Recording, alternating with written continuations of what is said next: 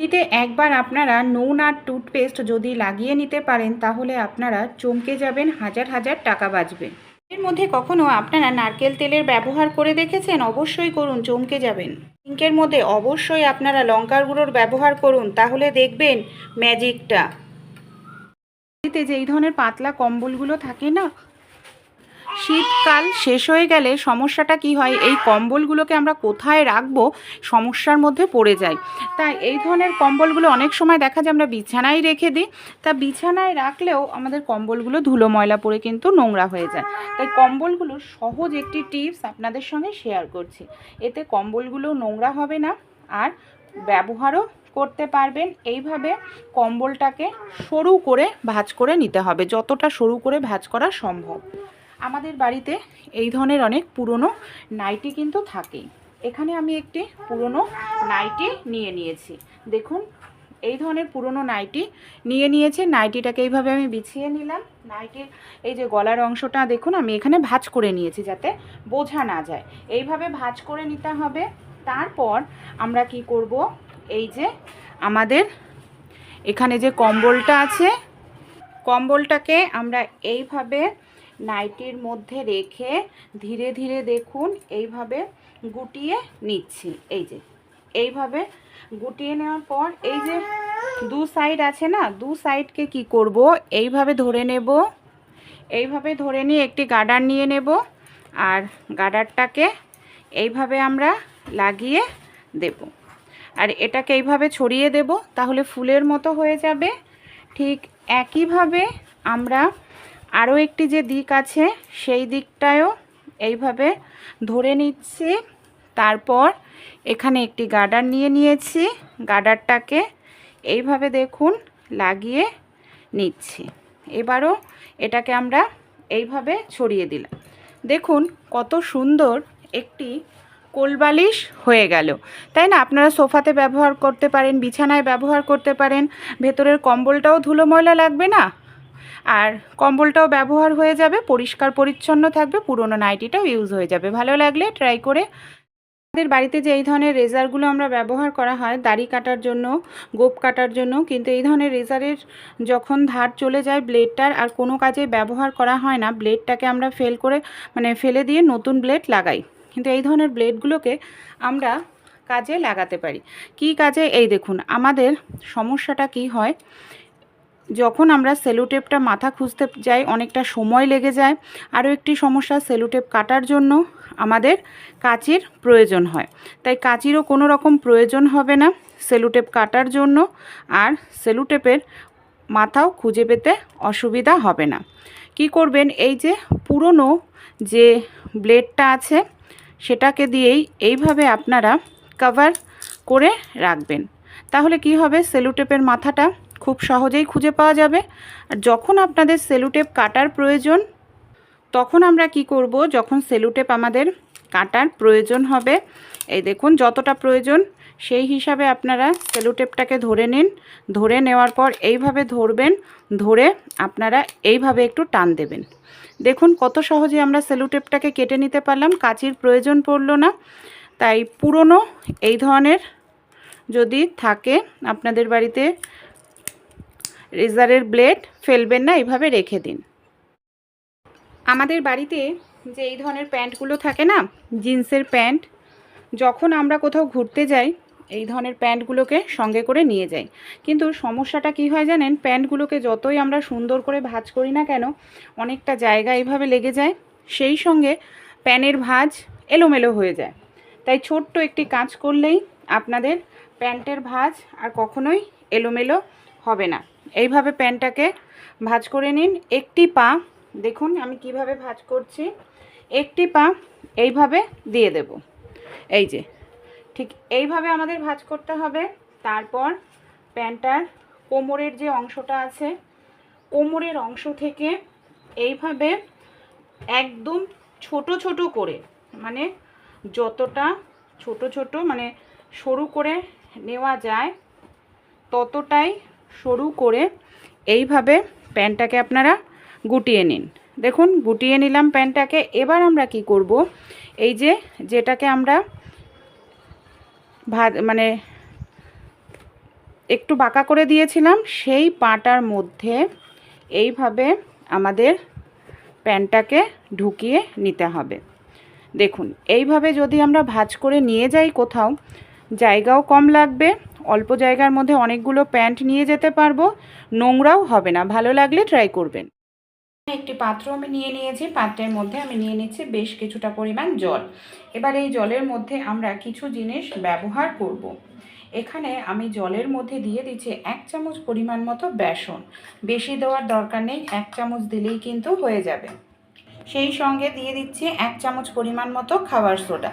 বেসন আর খাবার সোডা খুব ভালো করে না আমরা এই যে জলটা তৈরি করছি সেই জলের সঙ্গে মিশিয়ে নিতে হবে, যাতে বেসন কোনো রকম দলা দলা ভাব না থাকে। ভালোভাবে জলটাকে মিশিয়ে নিয়েছি। বেসন আর খাবার সোডা দিয়ে কী কাজে ব্যবহার করব দেখে নিই। অনেক সময় কি হয়, আমরা ননভেজ জাতীয় জিনিস রান্না করে, বিশেষ করে খাসির মাংস, ইলিশ মাছ, মুরগির মাংস, যতই থালা বাসন ভালো করে মাজি না কেন, এই যে ইলিশ মাছ কিংবা খাসির মাংসর একটা স্ট্রং গন্ধ কিন্তু থেকে যায়, আর ভীষণ বাজে লাগে এই গন্ধটা। সেই গন্ধটাই যাতে দূর হয়ে যায় বাসন থেকে, খুব সহজেই এই টিপসটি আমি খাবার সোডা আর যে বেসনের মিশ্রণটা তৈরি করে নিয়েছি, কি করব, এরকম পাতলা করেই তৈরি করে নিন। হাতের সাহায্যে বাসনটাকে এইভাবে একটু ডলে নিন। দেখবেন এই যে খাবার সোডার কারণে ব্যাকটেরিয়া জীবাণু তো ধ্বংস হবেই, আর এই যে খাসির মাংস কিংবা ইলিশ মাছের যে একটা গন্ধ বের হতে থাকে না বাসন থেকে, সেই গন্ধটাও কিন্তু খুব সহজেই চলে যাবে আপনাদের। তাই অবশ্যই থালা বাসন মাজার পর বা মাজার আগে আপনারা এইভাবে মিশ্রণটা তৈরি করে নিন। পাতলা করে তৈরি করে যত বাসন আছে সব বাসনে মিশ্রণটা লাগিয়ে নিয়ে ভালো করে ধুয়ে নিন। সব বাসন কিন্তু আমি খুব সুন্দর করে জল দিয়ে, নর্মাল জল দিয়ে ধুয়ে নিয়েছি। বাসন তো জীবাণু ব্যাকটেরিয়া মুক্ত হয়েছেই, সেই সঙ্গে বাসন থেকে যে একটা বাজে দুর্গন্ধ বের হয় খাসির মাংস কিংবা ইলিশ মাছ এই জাতীয় খাবারের, সেই গন্ধটাও চলে গেছে। বন্ধুরা, একটি শুধু যদি পেঁয়াজ থাকে বাড়িতে, তাহলে কিন্তু মশার জন্য আর কোনো রকম টেনশন করতে হবে না। পেঁয়াজের সাহায্যেই আমরা বাড়ি থেকে খুব সহজেই মশাকে তাড়িয়ে ফেলতে পারি। হ্যাঁ বন্ধুরা, পেঁয়াজের সাহায্যে কিভাবে আমরা বাড়ি থেকে মশাকে তাড়িয়ে ফেলবো, চলুন তাহলে ভিডিওটি আমরা দেখে নিই। আশা করছি ভিডিওটি যদি আপনারা শেষ পর্যন্ত দেখতে থাকেন, বাড়ি থেকে আপনাদের খুব সহজেই মশা চলে যাবে শুধু একটি পেঁয়াজের সাহায্যে। এখানে দেখুন, আমি নিয়ে নিয়েছি একটি বড় সাইজের পেঁয়াজ। আপনারা যদি পেঁয়াজটাকে ঠিকঠাক মতো ব্যবহার করতে পারেন, পেঁয়াজের সাহায্যেই আমরা বাড়ি থেকে খুব দ্রুত তাড়াতাড়ি মশাকে তাড়িয়ে ফেলতে পারবো। আর এরকম একটি বড় সাইজের পেঁয়াজ নিলে আপনারা এই পেঁয়াজটাকে 5 থেকে 6 দিন ব্যবহার করতে পারবেন, খুব সহজেই মশা চলে যাবে, কারণ পেঁয়াজের গন্ধটা ভীষণ স্ট্রং হয়। এবার আমরা পেঁয়াজের সাহায্যে কিভাবে মশা তাড়াবো। সবার প্রথমে পেঁয়াজের যে শেকড়ের অংশটা আছে, দেখুন এই শেকড়ের অংশটাকে আমি এখানে সমান করে এইভাবে কেটে নিচ্ছি, যাতে পেঁয়াজটাকে কোথাও আমরা এইভাবে বসাতে পারি, যাতে পেঁয়াজটা পড়ে না যায়। এর জন্য আমাদের সমান করে কেটে নিতে হবে। তারপর পেঁয়াজের যে খোসাটা আছে, এই খোসাটাকে আমরা ছাড়িয়ে নেব। এখানে আমরা পেঁয়াজের সঙ্গে আরও কিছু জিনিস কিন্তু ব্যবহার করব, যেটা আমাদের ঘরে কম বেশি প্রত্যেকের বাড়িতেই থাকে আর খুবই সহজলভ্য, সহজেই কিন্তু সেটা পাওয়া যায়। এইভাবে দেখুন, আমি খুব ভালো করে খোসাটাকে ছাড়িয়ে নিলাম। পেঁয়াজের খোসা, শুকনো খোসাও কিন্তু মশা তাড়াতে খুব ভালো কাজ দেয়। এবার আমাদের পেঁয়াজটাকে যে কাটবো, এইভাবে গোল করে আমরা পেঁয়াজটাকে কেটে নিচ্ছি। দেখুন, আমি এখানে গোল করে পেঁয়াজটাকে কেটে নিলাম। এবার আমাদের পেঁয়াজটাকে এইভাবে মানে ভেতরের দিকটায় একটুখানি গর্ত মতো করে নিতে হবে, মানে ভেতরের জায়গাটা এইভাবে ফাঁকা করে নিতে হবে। মানে ভেতরের যে পাট আছে পেঁয়াজের, সেটাকে আমরা এইভাবে তুলে ফেলছি। এই দেখুন কত সহজেই এইভাবে আমি ভেতরটাকে আলাদা করে নিচ্ছি। পেঁয়াজটাকে এখানে দেখুন, তাহলে আমি কিন্তু ভেতর দিকটা খুব ভালো করে এটাকে এইভাবে কেটে নিয়েছি। আর এইভাবেই আমাদের পেঁয়াজটাকে কিন্তু ভেতরটাকে খালি করে নিতে হবে, মানে ভেতরটাকে বেশ কিছুটা মতো গর্ত করে নিতে হবে। এখানে আমি নিয়ে নিয়েছি দেখুন কিছুটা পরিমাণ তুলোটাকে কি করব, এইভাবে হাতে রেখে সলতে মতো করে এইভাবে পাকিয়ে নিচ্ছি। এই দেখুন, এইভাবে সলতে মতো করে আমাদের পাকিয়ে নিতে হবে। এবার আমরা কিছু জিনিস ব্যবহার করব যেটা মশা তাড়াতে ভীষণ সাহায্য করবে। এখানে আমি নিয়ে নিয়েছি দেখুন কর্পূর। এরকম আমাদের বাড়িতে যে বড় কর্পূরের দলাগুলো থাকে সেখান থেকেই আমি বেশ কিছুটা কর্পূর নিয়ে নিয়েছি। এবার আমি কি করব, এই যে পেঁয়াজের মধ্যে এইভাবে কর্পূরটাকে দেখুন এই যে ভেঙে দিয়ে দিচ্ছি। কর্পূরের গন্ধটা কিন্তু ভীষণ স্ট্রং হয় বন্ধুরা, আর মশা তাড়াতেও কিন্তু ভীষণ সাহায্য করে কর্পূর। আপনারা এই পেঁয়াজটাকে 5-6 দিন সহজেই ব্যবহার করতে পারবেন মশা তাড়াতে। দেখুন এর মধ্যে আমি দিয়ে দিচ্ছি কিছুটা পরিমাণ সরিষার তেল। এই যে আমরা প্রত্যেকেই জানি কর্পূরের গন্ধ কিন্তু ভীষণ স্ট্রং হয়, আর সেই সঙ্গে এখানে রয়েছে পেঁয়াজের রস। এবার আমি নিয়ে নিয়েছি দেখুন যে সলতেটা বানিয়েছি, সেই সলতেটাকে আমি এইভাবে ভেতরটায় দিয়ে দেব। এইভাবে আমাদের সলতেটাকে ভেতরে এইভাবে বসিয়ে দিতে হবে। আর এটা আমরা 5-6 দিন জ্বালিয়ে মশা তাড়াতে পারবো বাড়ির থেকে। বাড়িতে যখন মশার উৎপাত ভীষণ বেড়ে যাবে আপনারা কি করবেন, এই যে এই ধরনের একটি পেঁয়াজের প্রদীপ তৈরি করে নিন। এই ধরনের পেঁয়াজের প্রদীপ তৈরি করে আপনারা জ্বালাবেন। দেখুন এবার আমি প্রদীপটা জ্বালিয়ে নিচ্ছি। প্রদীপের মধ্যে কর্পূরের গন্ধ রয়েছে, পেঁয়াজের গন্ধ রয়েছে, যেটা আমাদের মশা তাড়াতে কিন্তু ভীষণ সাহায্য করবে বন্ধুরা। আপনারা এই ধরনের প্রদীপ জ্বালিয়ে সারা ঘরে আপনারা সব জায়গায় দেখান। বাচ্চারা যেখানে পড়াশোনা করছে কোনায়, যে কোনো কোনায় এটাকে জ্বালিয়ে এইভাবে রেখে দেন। বাচ্চারা যেখানে ঘুমাচ্ছে সেই জায়গায়ও আপনারা এইভাবে পেঁয়াজের প্রদীপ একবার জ্বালিয়ে ব্যবহার করে দেখুন। শুধুমাত্র 10 মিনিট যদি জ্বালিয়ে রাখতে পারেন, কোনো রকম কেমিক্যাল লাগবে না, বাড়ি থেকে আপনাদের মশা খুব সহজেই দূরে চলে যাবে। আমি গ্যারান্টি দিয়ে বলছি বন্ধুরা, আপনারা নির্দ্বিধায় এই ধরনের পেঁয়াজ বাড়িতে তৈরি করতে পারেন, মানে পেঁয়াজের প্রদীপ আর জ্বালাতে পারেন কোনো রকম কেমিক্যাল ছাড়াই। দেখবেন বাড়ি থেকে মশারা খুব দ্রুত তাড়াতাড়ি পালিয়ে যাবে। প্রত্যেক দিন যখন আপনারা জ্বালাবেন আবারও সামান্য পরিমাণ ওপর থেকে একটু কর্পূর দিয়ে নেবেন আর একটু সরিষার তেল দিয়ে নেবেন, আর এই প্রদীপটাকে জ্বালিয়ে সারা ঘরে আপনারা দেখাবেন। একবার ব্যবহার করুন, আশা করছি ভালো রেজাল্ট পাবেন। আমাদের বাড়িতে রান্নাঘরে যে এই ধরনের লাইটগুলো ব্যবহার করি না, অনেক সময় দেখা যায় লাইটের মধ্যে প্রচুর পরিমাণে ধুলো ময়লা জমে যায়, তেল কাস্টে হয়ে যায়, যার কারণে আলোটা দেখা যায় একেবারে আবছা হয়ে যায় আর ঠিকঠাক মতো আলোও হয় না। আমরা কি করি, তখন ভাবি যে হয়তো লাইটের আলোটা কমে গেছে বা একেবারেই যখন কমে যায় আমরা তখন নতুন লাইট কিনে নিয়ে আসি। কিন্তু এই ধরনের লাইটগুলোকে আমরা আবার ইউজ করতে পারি, এর আগের আলোটাও কিন্তু আগের মতো হবে। যে নোংরাটা জমে, তেল কাস্টে জমে, এখানে আমি নিয়ে নিয়েছি পারফিউমটাকে 1-2 বার স্প্রে করে দেব। আমি দেখাচ্ছি স্প্রে করার পর এই দেখুন যত নোংরা আছে সব, তেল কাস্টে আছে, তেলের দাগ, হলুদের দাগ সব খুব সহজেই উঠে যাবে। কারণ আমরা যখন তরকারিতে ফোড়ন দিই সেই ফোড়নের যে তেল, হলুদ, মশলা অনেক উঁচু পর্যন্ত কিন্তু উঠে যায়, যার কারণে এই লাইটগুলো নোংরা হয়ে যায়। এইভাবে একটু আপনারা ডলে নিন, তারপর পুরনো কাপড় দিয়ে মুছে নিন। এরপর এই লাইটগুলো দেখবেন এই দেখুন কি পরিমাণে নোংরা ছিল, উঠে গেল। এবার যদি লাইটগুলো ব্যবহার করা হয় খুব সুন্দর আবার নতুনের মতো আলো হবে, আর নতুন লাইট কেনার প্রয়োজন পড়বে না। তাই অবশ্যই লাইটের আলো যদি কমে যায় রান্নাঘরের, এই টিপসটি ফলো করবেন, আবার নতুনের মতো। আমাদের বাড়িতে যে বেসিন আমরা ব্যবহার করি, দেখা যায় বেসিনের মধ্যে না এই দেখুন এরকমভাবে নোংরা জমে। এই যে বেসিনের কলটাতে নোংরা জমে বন্ধুরা, দেখুন কীরকম একটা দাগ হয়ে যায়, দেখে বহু বছরের পুরনো মনে হয়। আর এই যে এই দাগটা কিন্তু সহজে উঠতে চায় না। এই দেখুন আমি ঘষছি, কলটার মধ্যেও দাগ হয়ে গেছে। সেই সঙ্গে এই যে বেসিনেও দেখুন 4 সাইড থেকে না এরকমভাবে নোংরা কিন্তু জমে যায়। কিভাবে এটাকে আমরা নতুনের মতো চকচকে করব চলুন দেখে নিই। এখানে আমি একটি স্কচব্রাইট নিয়েছি, সামান্য পরিমাণ এখানে আমি নিয়ে নিচ্ছি টুথপেস্ট সামান্য। এখানে আমি কোলগেটের ব্যবহার করছি, যে কোনো সাদা কালার বা কোলগেট নিয়ে নিতে পারেন। এবার এই টুথপেস্টটা দিয়ে আমরা এই যে কল নোংরা হয়ে গেছে, আমাদের বেসিনটা দেখে বহু বছরের পুরনো মনে হচ্ছে, সেটা একেবারেই নতুনের মতো হয়ে যাবে।